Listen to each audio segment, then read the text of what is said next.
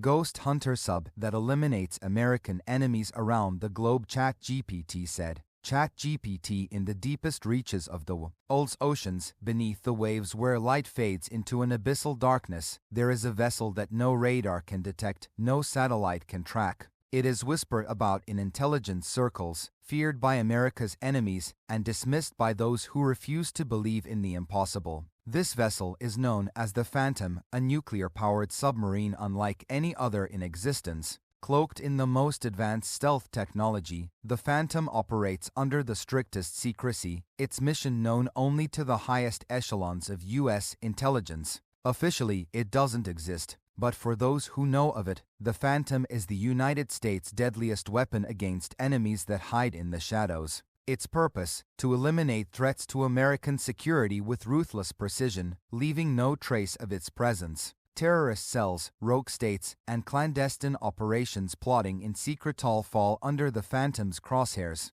Wherever they hide, however deep in hostile waters or remote islands, the Phantom strikes without warning, and by the time anyone realizes it was there, it's already too late. Commander Jack Mercer, a decorated Navy officer, led the Phantom and its elite crew. Mercer was known for his calm under pressure, his strategic mind, and his unyielding loyalty to his country. He had been selected for this mission not only for his experience, but for his understanding of what it meant to wage war from the shadows. The Phantom's operations were not for the faint of heart. Each mission carried the weight of global consequences. Every action taken was carefully calculated, but carried out with the brutal efficiency required for a war that no one could acknowledge. Mercer's crew was handpicked, each member a master of their craft. Lieutenant Sarah Ghost Ellis was the ship's intelligence officer, a genius at gathering and decrypting classified data from enemy networks, and always one step ahead of their targets.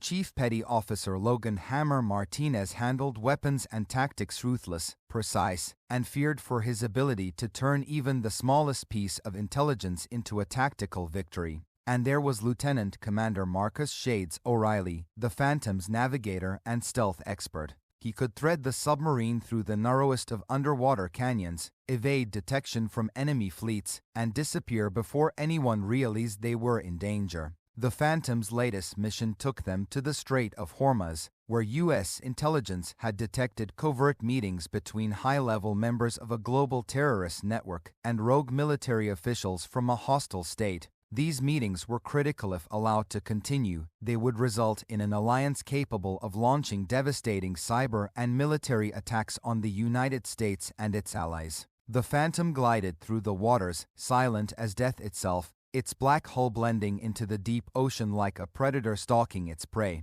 The target was a heavily fortified island hidden in a maze of underwater caves, accessible only by sea or air. Enemy patrols guarded the waters, but Mercer and his crew had dealt with worse before. Using their state-of-the-art sonar and stealth systems, the Phantom slipped through the patrol lines undetected, getting within striking distance of the island's defenses. "Ghost, what's the intel?" Mercer asked, his voice low in the hushed confines of the command center. Lieutenant Ellis tapped away at her console, eyes sharp as data streams filled her screen. "We've intercepted encrypted communications between the rogue state's fleet and the island. They're preparing to move personnel and assets tonight. If we hit them now, we cripple the entire operation." Mercer nodded. "Hammer, get the torpedoes ready. We'll strike fast, then vanish." Martinez cracked his knuckles, already prepping the submarine's payload of advanced torpedoes, each one capable of turning a battleship to scrap metal. "Locked and loaded, Commander." As the Phantom maneuvered closer to the island, it picked up the enemy fleet, a cluster of warships and submarines protecting their secret meeting. But they were no match for the Phantom's technology. With a silent command, Mercer gave the order, and the torpedoes fired from the Phantom's tubes, streaking through the water like silent predators. Moments later, explosions ripped through the enemy vessels. Ships buckled, shattered under the force of the blasts, and sank into the depths. Alarms blared across the island as the enemy scrambled to react, but they were too late. The Phantom had already struck its second blow, deploying unmanned drones to neutralize the island's defense grid with precision strikes. Direct hits, Ellis reported, watching as the island's radar systems and anti-aircraft weapons were disabled. "They're blind, Shades, take us deeper," Mercer ordered. With a twist of the controls, O'Reilly guided the Phantom into a trench below the island, hiding it from any potential countermeasures. Above, chaos reigned as the island's defenders floundered in confusion, trying to piece together what had happened. The meeting of terrorists and rogue officials was in ruins, their plans torn apart before they could even be put into action. "Prepare the extraction team," Mercer said. "We're not done until we get confirmation of the kill." A small, stealthy submersible was launched from the Phantom, carrying a team of elite operatives to the island. Their objective was simple: eliminate the key figures behind the terrorist network and rogue military alliance. Armed with silenced weapons and wearing night vision gear, the team moved through the island like shadows, clearing buildings and taking down targets with quiet efficiency. As dawn broke, the Phantom began its retreat, leaving nothing but smoldering wreckage and a shattered enemy alliance in its wake. By the time the enemy reinforcements arrived, there was nothing left to save. The Phantom had disappeared into the depths, leaving only destruction behind, a ghost in the water. In Washington, the officials who had authorized the mission received word of its success. There would be no official reports, no press releases. The world would never know about the Phantom or the role it played in protecting the United States. But for Commander Mercer and his crew, that was just how it needed to be. They didn't fight for recognition or glory. They fought for a higher purpose, a silent war against those who threatened their country. And as long as enemies lurked in the shadows, the Phantom would be there, eliminating them one by one, never seen, but always felt. "You said, and vengeful Chinese master swordsman allied with a ninja during World War II," ChatGPT said. ChatGPT in the chaos and turmoil of World War II, the Axis and Allied powers were not the only ones waging war. Beneath the global conflict, ancient rivalries and alliances were being forged in the shadows, where warriors bound by honor and vengeance fought their own battles.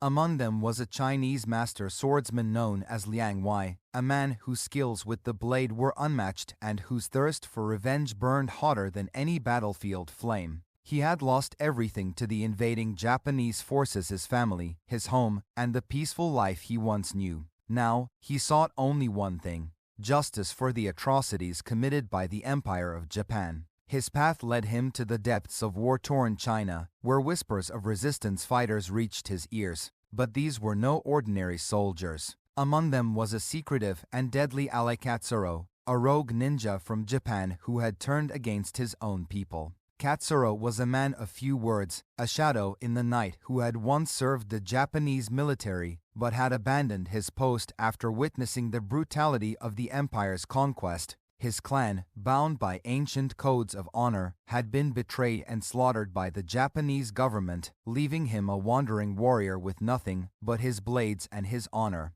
The fates of Liang Wei and Katsuro collided on a moonlit night near the Yangtze River, where a small village lay under siege by Japanese forces. Liang, his heart filled with rage, was preparing to strike the invaders alone, cutting through their ranks in a suicidal attempt to reclaim some semblance of justice. But as he approached the Japanese camp, he sensed another presence, silent, almost invisible, moving with the precision of a predator. Liang paused, hand gripping the hilt of his sword, as he saw Katsuro materialize from the shadows. The ninja moved like a wraith, dispatching sentries with the silent flick of a blade, his face masked, but his eyes burning with the same fire that drove Liang. For a moment, the two warriors stood in the dark, assessing each other. They were enemies by nationality, but something deeper connected them, a shared hatred of the empire that had taken everything from them. "You fight the Japanese," Liang said in his native tongue, his voice low and controlled. "Wise." Katsuro, still masked, gave a slight nod. "They betrayed my clan. My honor demands their deaths." His voice was calm, steady, but the weight of his words told Liang everything he needed to know. Without another word, an unspoken agreement was formed. They were not friends, but allies bound by vengeance, and together they would bring destruction to their enemies. The two warriors began a campaign of terror against the Japanese forces occupying China. Liang's mastery of the sword was unparalleled. He moved like a storm, his strikes precise and lethal, cutting down soldiers with a fury that seemed to come from the very heavens. His sword, a family heirloom forged by one of China's most revered smiths, glimmered in the moonlight as it drank the blood of his enemies. Katsuro, meanwhile, was a ghost. The ninja used his knowledge of stealth, deception, and assassination to cripple the Japanese war effort from within. He sabotaged supply lines, set traps, and assassinated officers with deadly efficiency. Together, they became the nightmare of the Japanese military, their names whispered in fear among the ranks. The Japanese sent their finest soldiers and commanders to deal with the mysterious duo, but none returned. Liang's blade was too swift, Katsuro's movements too elusive, and as their legend grew, so did their resistance in the occupied territories. The people, inspired by the tales of the vengeful swordsman and the rogue ninja, began to rise against their oppressors. Their greatest challenge came when they discovered that General Hiroshi Sato, a high-ranking Japanese officer known for his cruelty and responsible for some of the worst massacres in China, had taken command of a heavily fortified military base deep in the mountains. Sato had a reputation for being ruthless and was protected by an elite squad of soldiers trained specifically to hunt down and kill men like Liang and Katsuro. This mission would be their most dangerous yet, but neither man hesitated. Liang's desire for vengeance could not be quenched until Sato's head was on a pike. Katsuro's honor demanded that he strike down the man who had orchestrated the betrayal of his clan.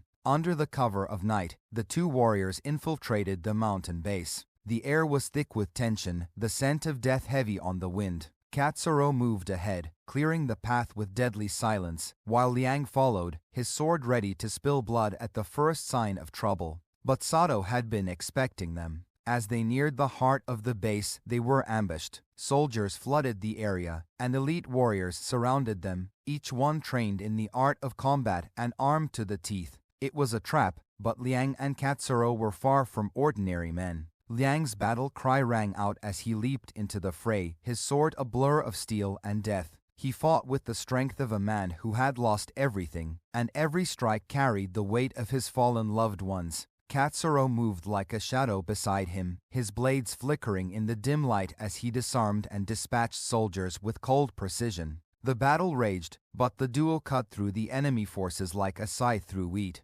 And finally, they reached Sato. The general stood at the center of his command room, flanked by his finest soldiers. He sneered as Liang and Katsuro approached, but there was a flicker of fear in his eyes. "You've caused me no end of trouble," Sato spat, drawing his sword. "But this ends now." Yang stepped forward, his eyes burning with fury. "For my family, for my country, you will die." Katsuro, standing beside him, drew his blades. "For my clan, for honor, you will fall." The final battle was brutal. Sato was no ordinary officer, he was a skilled swordsman, and his soldiers fought with the desperation of men defending their leader. But they were no match for the combined skill and fury of Liang and Katsuro. The two warriors fought as one, their movements synchronized, as if they had been trained together their entire lives. In the end, it was Liang who delivered the killing blow, his sword piercing Sato's chest. The general collapsed, his reign of terror finally at an end. As the sun rose over the mountains, Liang and Katsuro stood amidst the ruins of the base, their mission complete. They had brought justice to those who had wronged them, but their fight was not over. Together, they would continue their war, side by side, until every last enemy was destroyed. For they were not just warriors. What if Hector of Troy beat Achilles? If Hector of Troy had defeated Achilles in their fateful duel outside the walls of Troy, it would have altered the course of the Trojan War and potentially reshaped Greek mythology and Western literature forever. Here's a speculative take on how things might have unfolded. The duel. Hector triumphs as the armies of Troy and Greece watched in tense anticipation. Hector and Achilles circled each other on the battlefield, their eyes locked in the deadly dance of warriors. The sun beat down on the blood-soaked earth, and the clamor of clashing swords and shields echoed across the plains. Achilles, the invincible Greek hero, fought with the fury of a god, his rage fueled by the death of his beloved friend, Patroclus.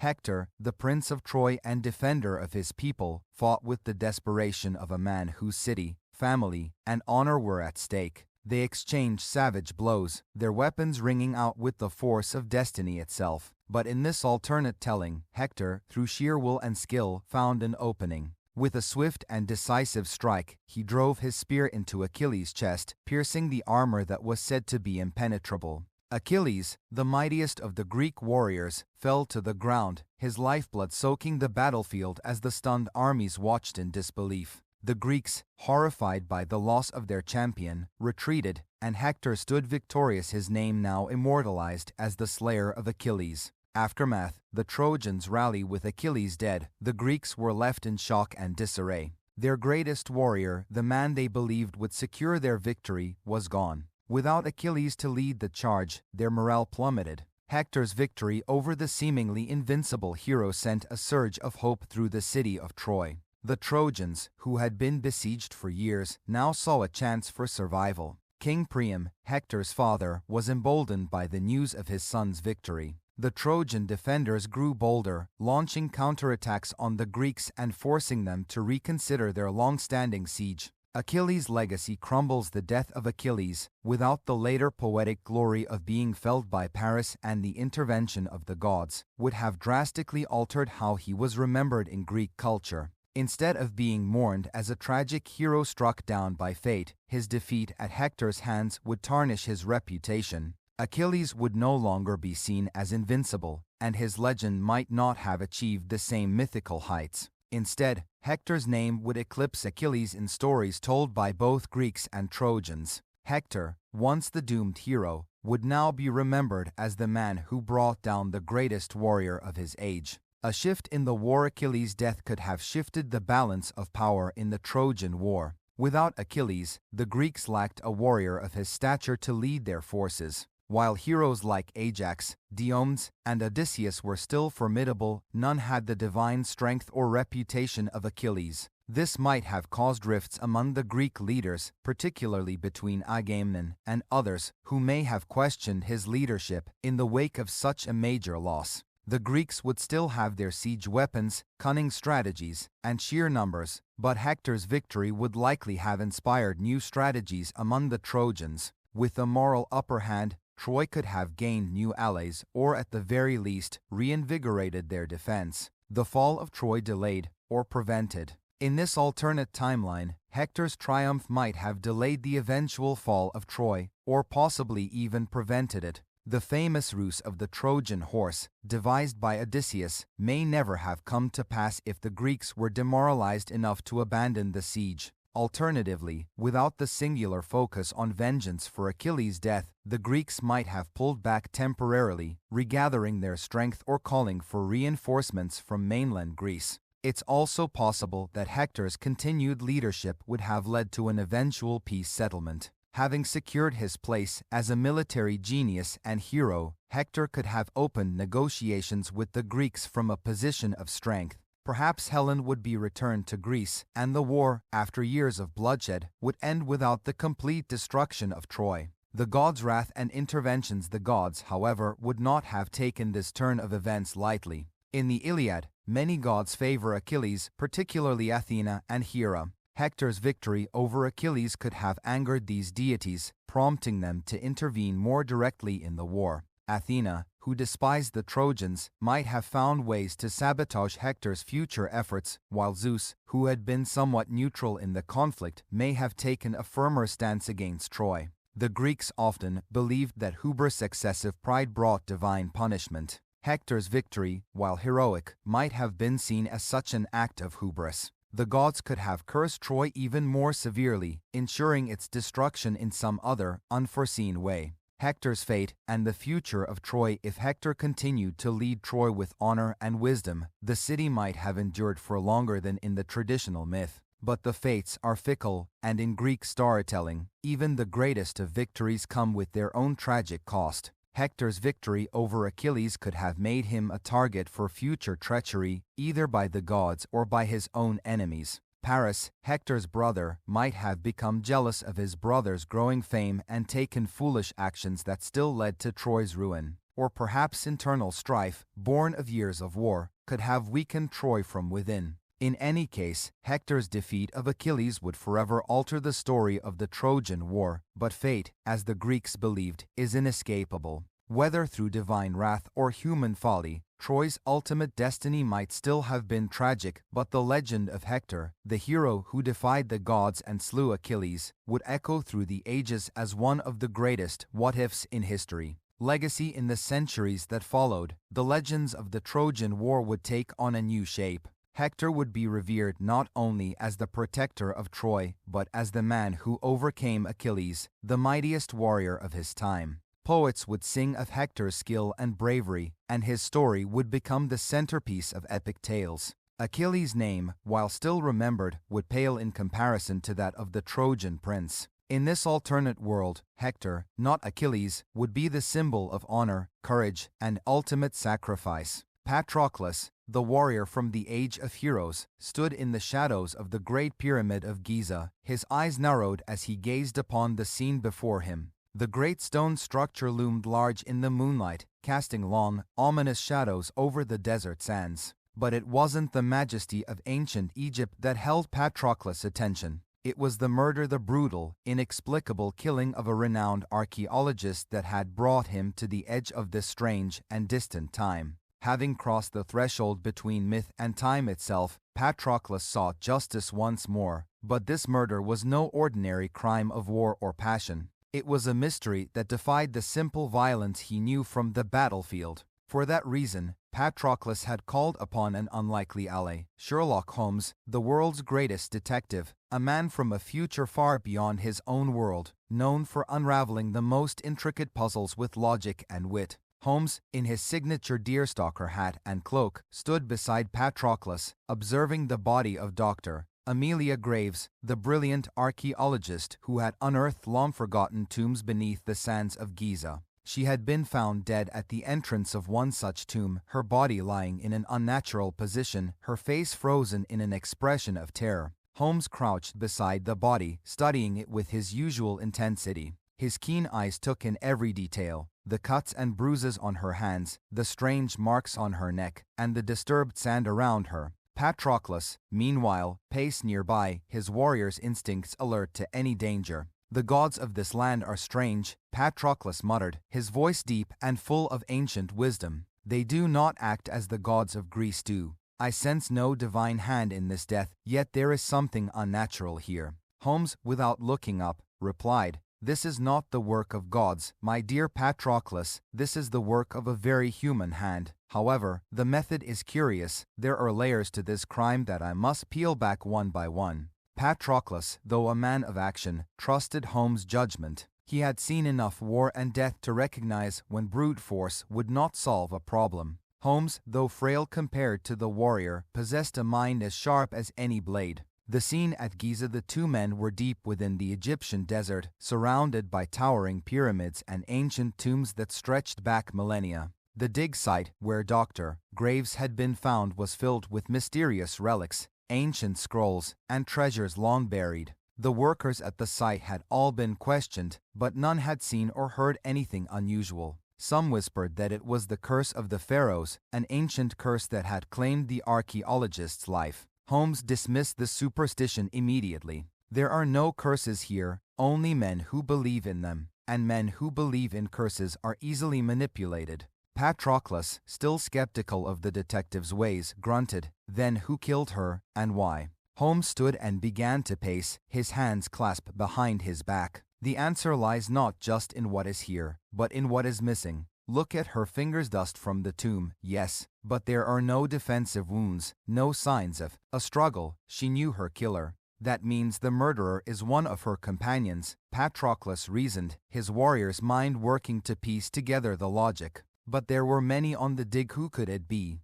Holmes crouched again, studying the marks on Dr. Graves' neck. "These marks are not from strangulation, nor are they from a weapon. They are caused by some form of poison, perhaps administered through an unusual method, something that would leave no immediate sign of violence." Holmes stood abruptly and motioned to Patroclus. "Come, we need to inspect her quarters." The search for clues inside Dr. Graves' tent. Holmes immediately began searching through her belongings, carefully examining each piece of paper, each artifact, and each letter with meticulous attention to detail. Patroclus watched from the doorway, his hand resting on the hilt of his sword, more at ease in battle than in the quiet contemplation of a detective's work. She was on the verge of a major discovery, Holmes mused, lifting a journal that contained detailed notes on an undiscovered chamber beneath the Great Pyramid, a hidden tomb of a pharaoh unknown to history. It would have been the find of the century,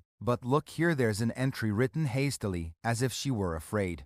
Patroclus stepped closer, glancing at the pages. She feared someone would try to stop her. Holmes nodded. Indeed. But it wasn't the pharaoh's curse she feared, it was one of her own colleagues. Someone knew what she was about to uncover, and they wanted it for themselves. The question is, who? Suddenly, Holmes' eyes lit up. Ah, of course, the missing piece. Patroclus, tell me, did you notice anything unusual about the body, specifically her shoes? Patroclus frowned, trying to remember. Her shoes were covered in dust, like the rest of her. Exactly, and that's the problem, Holmes said. There was dust on her shoes, but no sand on the soles, which means she wasn't killed here, at the tomb. She was brought here after she was already dead. The killer wanted us to believe she had been killed near the entrance, but in reality she was murdered elsewhere. The confrontation. The sun was setting over Giza as Holmes and Patroclus gathered the remaining members of the dig team. One by one, Holmes questioned them, watching for the smallest twitch, the briefest hesitation.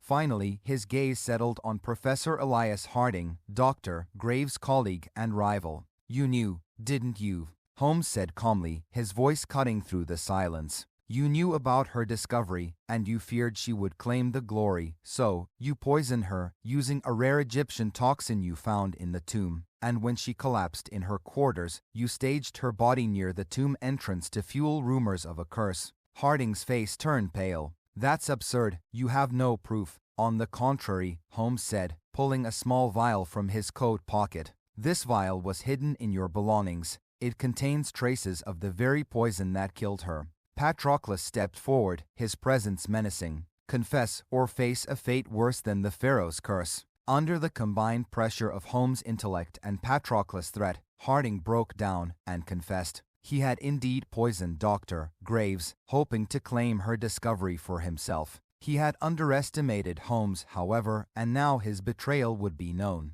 Justice in the desert. With the mystery solved, Holmes and Patroclus stood once more beneath the shadow of the Great Pyramid, the cool desert breeze brushing past them. You see, Patroclus, Holmes said, his tone almost casual, not all battles are fought with swords. Sometimes, the mind is the greatest weapon. Patroclus smiled faintly, his respect for the detective solidified. You fight with your mind as fiercely as any warrior. I have learned much, and I from you, Holmes replied, tipping his hat. Perhaps we shall meet again should another mystery arise that requires both the sword and the mind.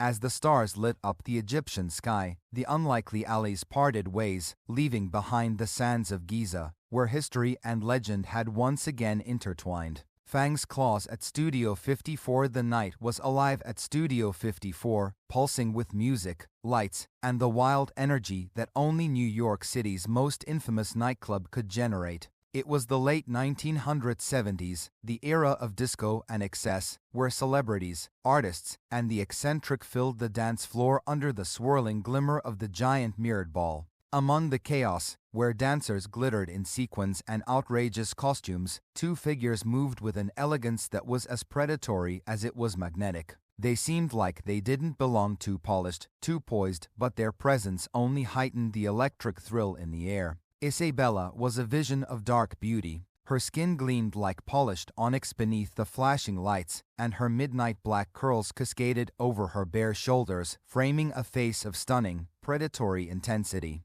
Her eyes, a golden, feline hue, flickered with a secret hunger as she slinked through the crowd. To the untrained eye, she was just another impossibly beautiful woman in the sea of decadence, but in truth, Isabella was much more than human. She was a shapeshifter, a black panther who prowled the hidden jungles of the city at night. Born of ancient, primal magic, she could slip into her animal form with ease, a queen of the shadows, and now she moved through Studio 54's crowd like a panther stalking prey. Across the room, Lucian watched her with an amused smile, his sharp, angular features bathed in the flickering lights of the club. He was tall, pale, and had the kind of dangerous allure that drew people to him like moths to a flame. His jet-black hair was slicked back, and his deep-set eyes gleamed red for the briefest moment before returning to their usual seductive darkness. Lucian was not just another handsome face. He was a vampire, centuries old, who had seen civilizations rise and fall.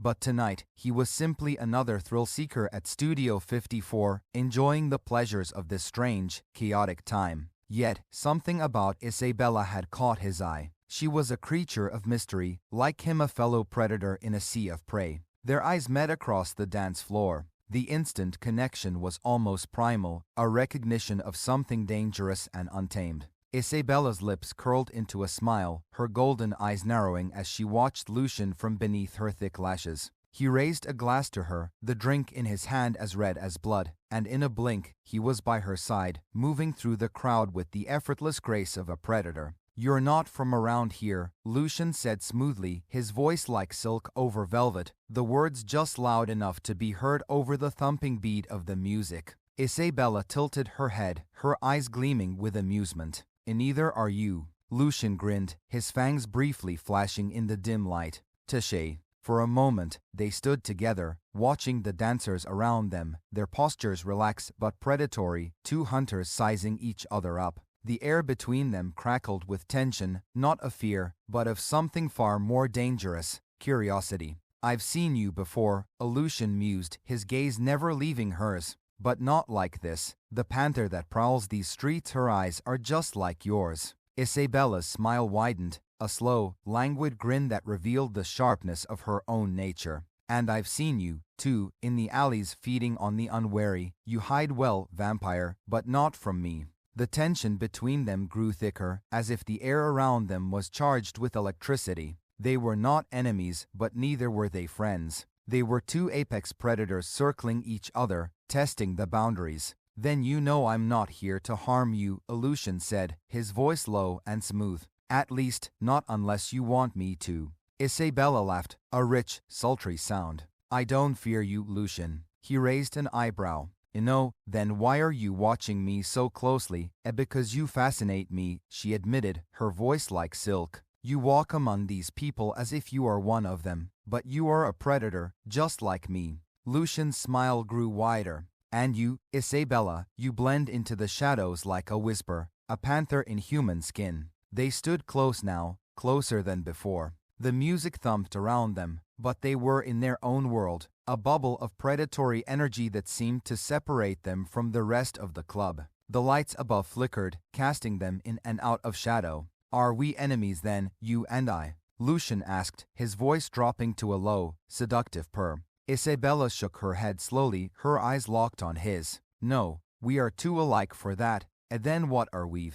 Her eyes flashed gold, and in the blink of an eye, her hand was at his chest, her nails digging ever so slightly into his skin, just enough to remind him of her power. "That depends on you, vampire." Lucian's breath hitched for a fraction of a second, excitement and danger swirling in his gaze. He grabbed her wrist, his grip firm, but not painful. "Do you challenge me, Isabella?" She leaned closer, her lips brushing his ear as she whispered, "Only if you think you can handle it." And then, like a shadow, she was gone, disappearing into the crowd. Lucian's heart raced, not with fear, but with exhilaration. He hadn't felt this alive in centuries. With a grin, he followed her, moving through the pulsating crowd, his eyes locked on the path she had taken. The hunt Isabella moved like smoke, slipping through the crowd and out onto the rooftop of Studio 54. The cool night air hit her face as she stepped into the shadows, her body already shifting. Her bones elongated, her skin rippling as her form morphed into that of a sleek, black panther. She let out a low growl, her golden eyes gleaming in the moonlight as she waited for him. Moments later, Lucian appeared, his eyes glowing a deep, hungry red. "Impressive," he murmured, watching her as he circled. "But you won't lose me that easily." The panther crouched low, muscles coiled as she prepared to strike. Lucian's fangs glinted in the moonlight as he smiled, his own body tensing, ready for whatever came next. It wasn't a fight to the death, it was something far more primal, a dance of power, seduction, and the thrill of the hunt. With a snarl, Isabella leapt toward him, claws outstretched, but Lucian was fast, faster than any human. He dodged her, his movements graceful and fluid, but she was relentless, spinning and pouncing again, forcing him to stay on the defensive. Lucian's laughter rang out through the night. "You are magnificent." The panther let out a low, dangerous growl, her eyes locked on his. This was more than a game now. It was a battle of wills, two predators testing each other's limits. And somewhere, deep beneath the moonlit sky, they both knew this dance would never end. Fang's claws at Studio 54. Part Roman II. The moon hung high over the city as the rooftop of Studio 54 became a battlefield of shadows. The Black Panther, sleek and lethal, prowled in the darkness while the vampire, Lucian, watched her with a smirk of amusement.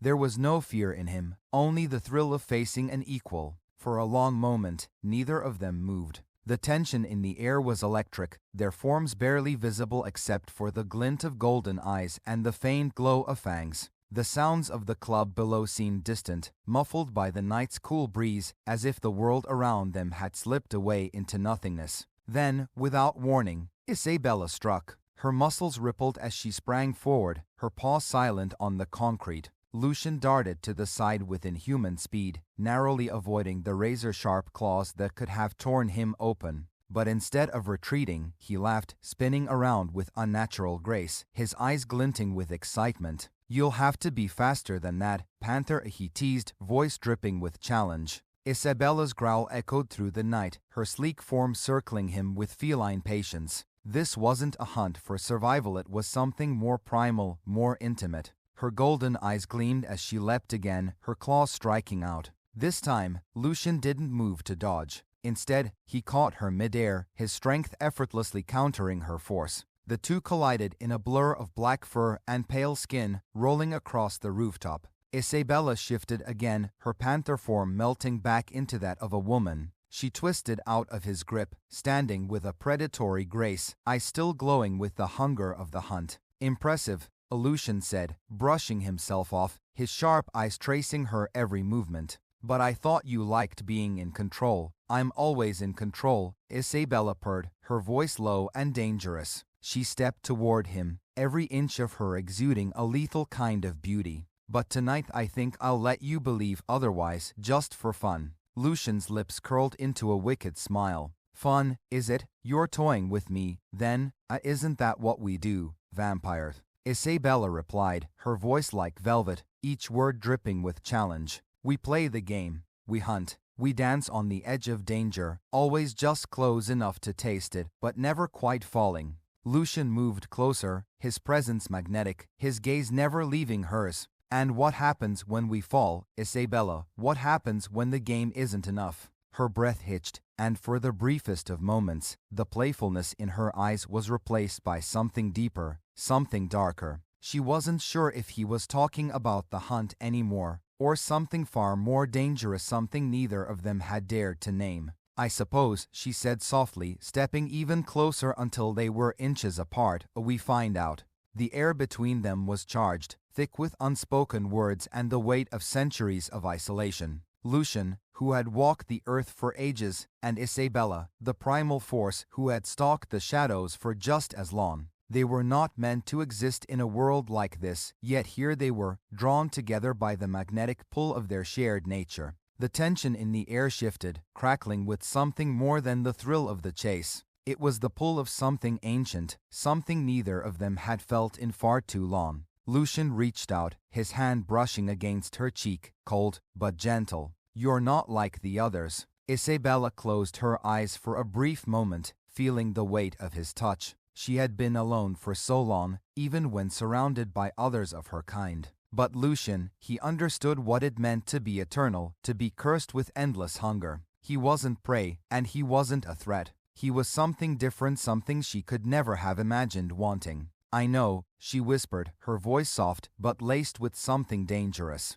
"And neither are you." For a moment, they stood there, suspended in the space between hunter and hunted, their breath mingling in the cool night air. The world below, the chaos of Studio 54, seemed like a distant memory, as if this rooftop had become their own private universe. And then, just as suddenly as the moment had begun, the spell was broken. A loud crash from below snapped both of them out of the trance. The door to the rooftop burst open, and 3 figures stormed through, each dressed in dark, tactical clothing. Their movements were sharp, professional, and they carried weapons, guns, stakes, and other tools designed for one purpose: to kill creatures like Lucian and Isabella. "Hunters," Lucian growled, his eyes narrowing as he recognized the men who had followed him from his last feeding. Isabella tensed, her body coiling as she prepared for the fight. Her gaze flicked to Lucian. "They're after you." "They're after us," Lucian corrected, his fangs flashing as he prepared to strike. "You think they'll let you walk away?"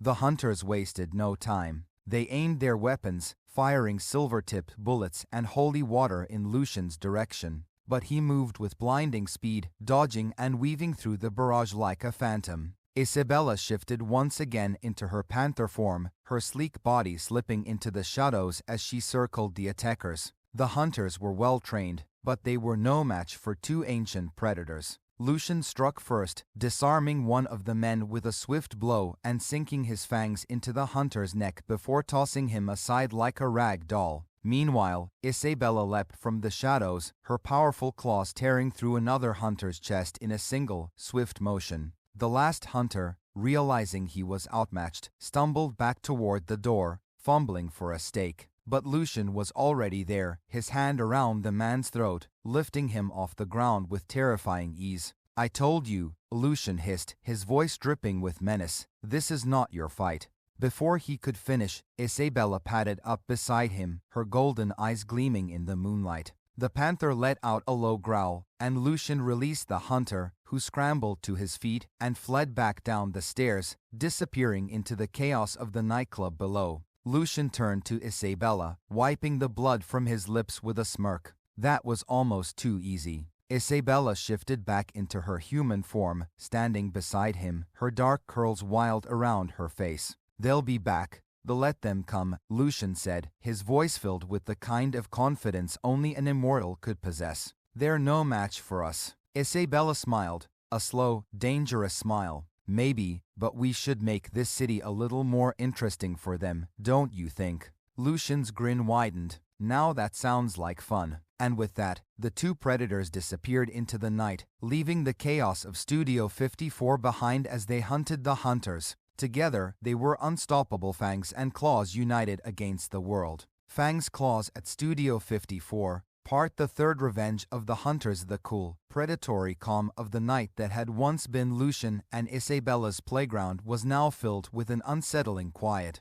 The winds had shifted, carrying with them the scent of something darker. The rooftop of Studio 54 was a distant memory, but the violence that had unfolded there lingered, an omen of the storm to come. Weeks had passed since the hunters had fled that night, but Lucian and Isabella knew better than to believe it was over. These were not ordinary men. They belonged to a secret order of hunters, a faction that had stalked creatures like them for centuries. And now, the hunt had begun in earnest. The darkened streets of New York City were unusually quiet as Isabella prowled through the alleyways in her panther form. The city's normal hum was muted, as if the very buildings were holding their breath. Her golden eyes flickered with a sense of unease, her instinct sharper than ever. Something was wrong, and she could feel it deep in her bones. From the shadows, Lucian emerged, his pale skin glowing faintly under the dim streetlights. His red eyes scanned the surrounding darkness as he approached her, his movements silent, yet commanding. "They've been watching us," he said, his voice low and tense. "I can feel it."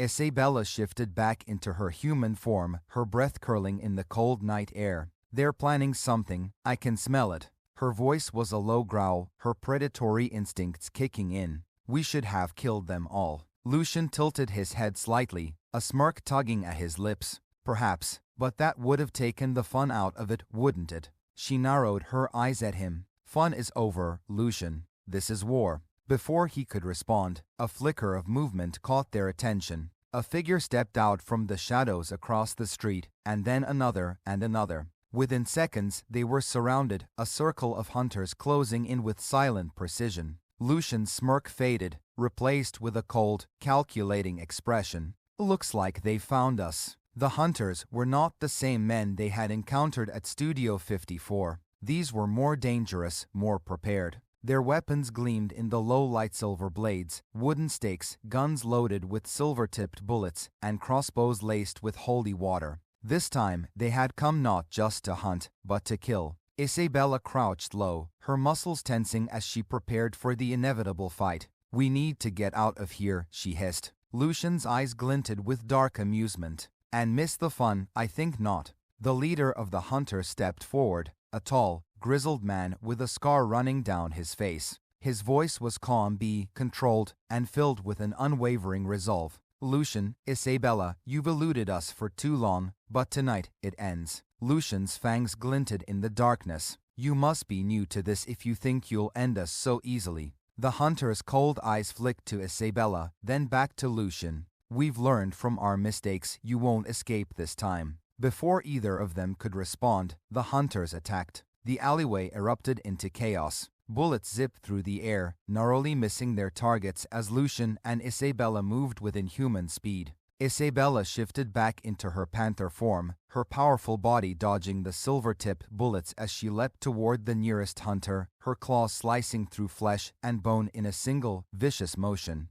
Lucian was a blur, weaving between the hunters, his fangs flashing as he struck with lethal precision. He grabbed one of the hunters by the throat, lifting him effortlessly before sinking his fangs into the man's neck. The hunter's scream was cut short as Lucian tossed him aside, but there were dozens more. Silver nets dropped from above, a deadly trap meant to immobilize them. Isabella growled, her panther form twisting and writhing as she barely escaped the grasp of the burning metal. Lucian slashed at the net that had fallen over him, the silver searing his skin as he tore through it, fury burning in his red eyes. "They've gotten smarter," Lucian hissed, blood dripping from his hands where the silver had burned him. Isabella snarled in agreement, her golden eyes blazing as she circled the remaining hunters. But not smart enough. With a burst of speed, she lunged at the leader, her claws aimed for his throat. But the hunter was ready. He sidestepped her attack, slamming a silver blade into her side. Isabella let out a roar of pain as the blade sliced through her flesh, the silver burning through her like poison. Lucian's eyes flared with rage. In a blink, he was at the hunter's side, ripping the blade from Isabella's body and sinking it deep into the man's chest. The hunter gasped, blood bubbling from his lips as he collapsed to the ground. Isabella staggered back, her panther form flickering as she shifted back into her human body. Blood soaked her side, and her breaths came in ragged gasps. "We need to go," she growled, her voice filled with pain and fury. Lucian looked at her, his face unreadable for a moment, then he nodded. "This isn't over," he muttered, his voice low and dark. But tonight, we retreat." With a final, murderous glance at the remaining hunters, Lucian grabbed Isabella and, in a blur of speed, they disappeared into the night, leaving behind the chaos and the scent of death. They fled through the back streets, moving quickly despite Isabella's injuries. Eventually, they found refuge in an old, abandoned building on the outskirts of the city. Lucian laid Isabella down gently, his hands lingering over her wound, his expression hardening. "You'll heal," he said, more to himself than to her. "You always do." Isabella's eyes fluttered open, her breath shaky, but steady. "They won't stop," she whispered, her voice hoarse. "They'll keep coming." Lucian knelt beside her, his red eyes filled with a dangerous intensity. "Let them. We'll be ready." The fire of revenge burned in both of them now. The hunters had pushed too far, and now they would face the full wrath of two ancient predators who had been hunted for far too long. "This time," Lucian whispered, his voice as cold as death itself, "we hunt them." And in the shadows, where the night belonged to creatures like them, the hunters would soon learn the price of their arrogance. Fang's claws at Studio 54. Part the fourth. The hunters' triumph. The cold dawn crept into the corners of the abandoned building where Lucian and Isabella had taken refuge.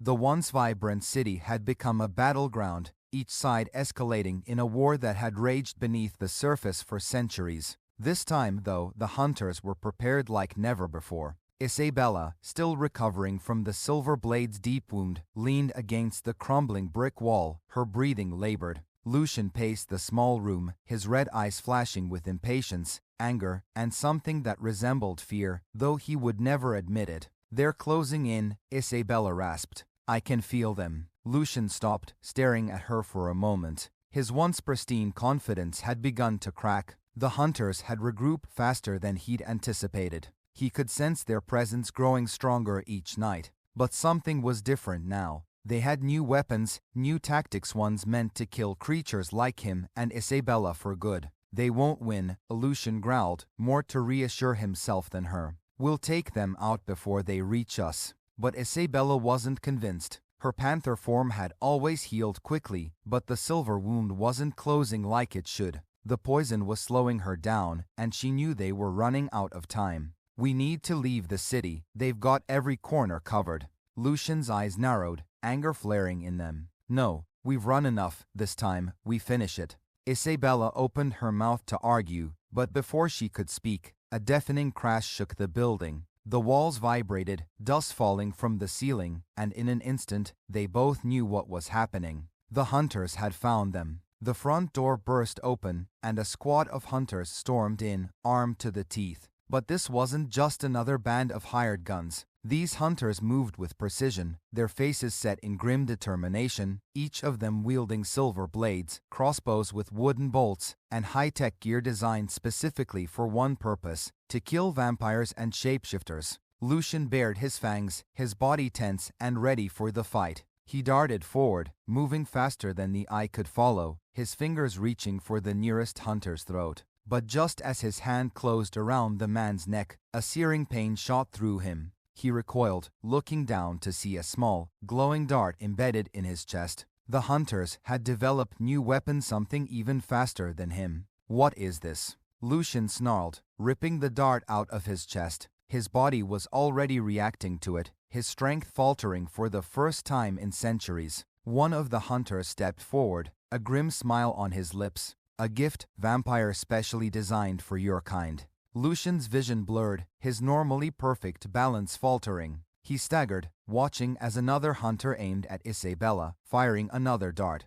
"No!" Lucian roared, but his voice sounded distant, muffled by the ringing in his ears. Isabella, still weak from her earlier wound, barely had time to react. The dart struck her in the side, and she collapsed to the ground, her body shifting back into her human form, her breathing ragged. The hunters surrounded them, their weapons drawn, but there was no arrogance in their movements, now only cold efficiency. They knew what they were dealing with. They had finally cornered two of the deadliest predators on Earth, and they weren't taking any chances. Lucian fought to stand, but his limbs felt like lead. Whatever was in those darts was more than just poison. It was sapping his strength, paralyzing him from the inside out. His eyes burned with fury as he looked up at the hunter leader, the man who had tracked them relentlessly. "This isn't over," Lucian hissed, though even he knew how hollow the words sounded. The leader stepped forward, his silver blade glinting in the pale light of dawn. He looked down at Lucian with cold, calculating eyes.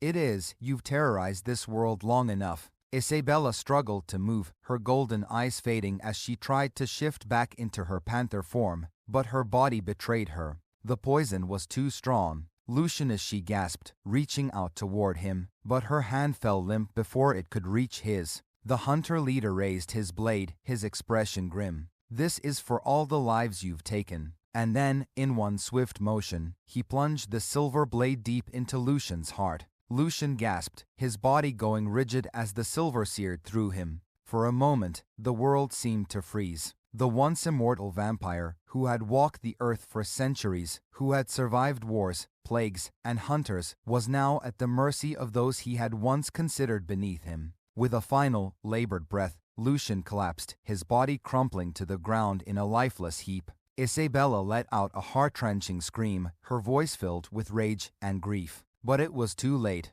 Lucian was gone. The hunters turned their attention to her, their weapons raised, but the leader held up a hand. "No, she'll suffer for this, let her live for now." The hunters retreated, leaving Isabella broken and bleeding in the ruins of their final stand. She watched, powerless, as they disappeared into the rising sun, her heart heavy with the weight of Lucian's death. For the first time in centuries, the hunters had won. As the sun rose higher in the sky, casting long shadows across the city, Isabella lay motionless on the cold floor. Her body ached, her soul even more so. Lucian was gone, the hunters had triumphed, and the world felt empty, devoid of the one constant she had always known. But as the light of day washed over her, a new resolve began to burn in her chest. She would heal, she would rise, and when she did, the hunters would pay for what they had done. Because a panther always gets her revenge. To be continued. Panther and Hunter Final Showdown. Fang's Claws at Studio 54. Part V. The final showdown of the city buzzed with its usual noise, unaware that somewhere in its shadowy depths, a final battle was about to unfold. High above the streets, in the skeletal remains of an abandoned skyscraper, Isabella waited. The moonlight filtered through broken windows, casting jagged patterns of silver across her dark figure. She had healed slowly, painfully, but the fire in her heart had never dimmed. Lucian's death haunted her every moment, his face flickering in her mind like a fading dream. He had been more than just an ally in the endless game of survival. He had been her partner, her equal, her one true connection in a world that had long lost its meaning. And now he was gone, taken by the hunters who had finally learned how to beat creatures like them. But tonight, it ended. Tonight, the hunters would face the fury of a predator who had nothing left to lose. The leader of the hunters, Cain, would come. He had to. Ever since that night, when he had killed Lucian, Isabella had tracked him, leaving behind a trail of destruction so vivid that Cain could not resist the bait. She wanted this. She needed this. The final confrontation. The chance to make him pay. A soft sound, barely audible, cut through the silence. Isabella tensed, her panther senses alert as she caught the scent. Cain. He was close. The door to the rooftop creaked open, and Cain stepped through, flanked by two of his best men. He looked as he always did, cold, calculating, his scarred face as hard as the steel blade strapped to his side. But there was something different about him now. A wariness, perhaps even a sliver of fear. He knew what he was walking into. Isabella, Cain said, his voice steady, though he kept his hand close to his weapon. I knew you couldn't stay hidden forever. She stepped forward from the shadows, her form shifting effortlessly from panther to woman. Her golden eyes glowed in the darkness, locked on Cain with a burning intensity. You came, she said softly, her voice like a growl. Good, I was hoping you would. Cain's expression didn't change. He gestured to his men, who spread out, circling the rooftop, weapons at the ready. I told you before, this is over, you've lost. Isabella let out a low, rumbling laugh, her eyes never leaving his. You think this is over. Her voice was dripping with venom. You took everything from me, you killed Lucian, you think I'll just disappear into the night and let you live. Cain unsheathed his silver blade, its edge gleaming in the moonlight. Lucian was a monster, just like you. The world is better off without him. Isabella's lips curled back into a snarl. You have no idea what kind of monsters you've awakened. Before Cain could react, Isabella lunged, her body shifting midair into the powerful form of a black panther. She moved like lightning, her claws aimed for Cain's throat. But he was faster than she expected. He rolled to the side, narrowly avoiding her attack as his men opened fire, silver-tipped bullets cutting through the air. Isabella twisted, her panther form melting back into that of a woman as she dodged the hail of bullets. She was a blur, slipping through the shadows, her movements so fluid that the hunters couldn't keep track of her. With a snarl, she took down the first hunter, her claws ripping through his chest in a spray of blood. The second hunter spun toward her, but she was already behind him, her fangs sinking into his neck. The man gurgled, his weapon clattering to the ground as he fell, lifeless, beside his comrade. And then, it was just Cain. He stood there, his silver blade raised, his eyes locked on hers. He wasn't afraid yet, but Isabella could see the cracks in his resolve. He had come here expecting another hunt, another victory. But this was no hunt. This was a reckoning. I've waited for this moment, Isabella hissed, circling him like the predator she was. I've dreamed of tearing you apart for what you did to him. Cain held his ground, his grip tightening on his blade. Lucian chose his path, he was a killer, just like you. Isabella stopped, her golden eyes blazing with fury. You don't get it, do you? This isn't about paths. This isn't about right and wrong. You took him from me. With a roar, she lunged again, her claws aiming for Kane's heart. But this time he was ready. He sidestepped her attack and brought his blade down in a swift arc. The silver cut into her side, searing her flesh with an agonizing burn. Isabella cried out, staggering back as blood poured from the wound. But the pain only fueled her rage. She shifted again, her panther form roaring to life as she charged at Kane, faster than before, her claws gleaming in the moonlight. Kane slashed at her, but Isabella was too quick. She dodged his blade, her powerful jaw snapping at his arm. With a sickening crunch, she clamped down, her fangs sinking into his flesh. Kane let out a cry of pain, his blade slipping from his grasp as Isabella dragged him to the ground. For a moment, the rooftop was silent, save for the sound of Kane's labored breathing. Isabella stood over him, her panther form towering above, her golden eyes burning with triumph. But as she moved in for the kill, Kane reached into his jacket, pulling out a small, gleaming vial. He smashed it against the ground, and a thick cloud of smoke exploded around them. Isabella recoiled, coughing as the smoke filled her lungs. It wasn't just any smoke, it was something designed to weaken her, to strip away her strength. She shifted back into her human form, gasping for breath as the world spun around her. Kane staggered to his feet, blood dripping from his arm, but his face was set in grim determination. You think I didn't plan for this? He spat, his voice filled with pain and fury. You think I didn't know what you were capable of? Isabella struggled to stay upright, her vision blurring as the poison from the smoke took hold. But even through the haze, she could see Kane moving toward her, his hand reaching for another weapon, one final strike to end her. With the last of her strength, Isabella launched herself at him. Her claws slashed through the air, catching Kane across the chest. He stumbled, gasping as blood poured from the deep wound, but he wasn't finished. With a roar of his own, Kane swung his blade one last time, catching Isabella across the stomach. She cried out, collapsing to the ground as the silver burned through her, the pain so intense it nearly blacked out her vision. But even as she lay there, bleeding and broken, Isabella's golden eyes never left Kane. He stood over her, panting, his face a mask of pain and exhaustion. "It's over," he said, his voice hoarse. Isabella's lips curled into a bloody smile. "Not for you." With a final, desperate burst of energy, Isabella's hand shot out, grabbing Kane by the throat. Her claws dug into his flesh, and with a savage twist, she ripped his throat open. Kane's eyes went wide, his hands grasping at his ruined neck as he collapsed to the ground beside her, choking on his own blood. For a long moment, the rooftop was silent. The moonlight bathed the scene in an eerie glow as Isabella lay beside the man who had hunted her, both of them breathing their last breaths. But as the darkness closed in, Isabella smiled, knowing that she had won. Lucian had been avenged. The hunters had been defeated. And in the end, the predator had claimed her prey. The end.